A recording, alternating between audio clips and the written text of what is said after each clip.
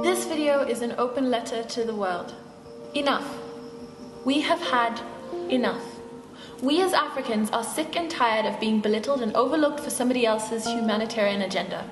So allow me to make this abundantly clear. Africa is not a country. It is a continent, a big one, with 54 countries and a lot to offer. We could fit North America, China and Europe in our borders and still have space. We are one of the biggest continents on the planet, and yet conveniently overlooked. When you ask me questions about Ebola, you should know that I've never even been to West Africa. I am 4,000 kilometers away, and whilst I know enough to differentiate the countries and some of the general customs, I cannot even begin to tell you what it's like there. When I tell you that I live in Rwanda, and you ask me, isn't that dangerous?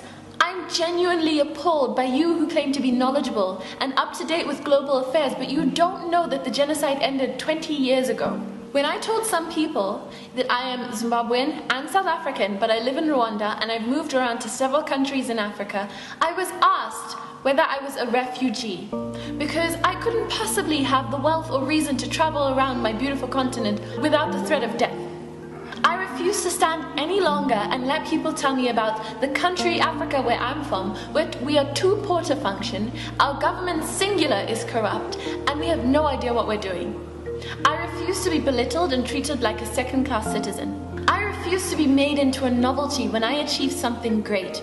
You know, you all think that the way that you put Lupita Nyong'o on a pedestal and nearly worshipped her is amazing. Like it's the highest honor or accomplishment for an African. Don't get me wrong, we are very proud of her because when one of us achieves something great, we celebrate as communities. But if you think that you've painted Africa in a positive light through her, you've actually done the opposite. When you make someone an idol like that, it says to us that you are so surprised that an African could achieve something that great, like no one has ever done it before. Our continent is full of amazing and inspiring Africans who are making a difference in their communities. So it's not a surprise to us when one of us succeeds exceptionally. It seems like you think that is all we have to give, and that couldn't be farther from the truth. We really have gotten the raw deal throughout history.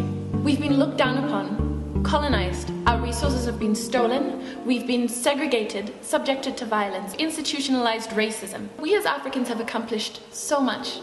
Nelson Mandela, Desmond Tutu, Paul Kagame, Wole Soyinka, Wangari Maathai, Strive Masiyiwa, Chimamanda Adichie, just to name a few.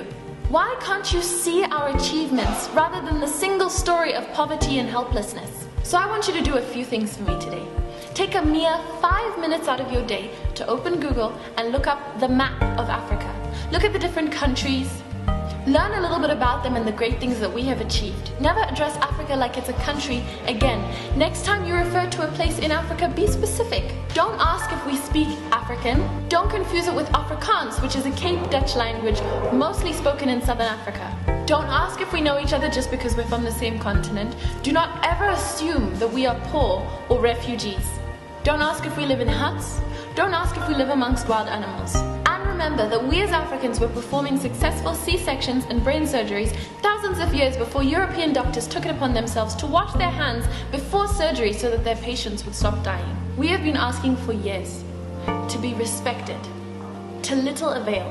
But today I put my foot down and I am calling you out. To quote Kapuscinski, "The continent is too large to describe. It is a veritable ocean, a separate planet, a varied, immensely rich cosmos. Only with the greatest of simplification can we say, Africa."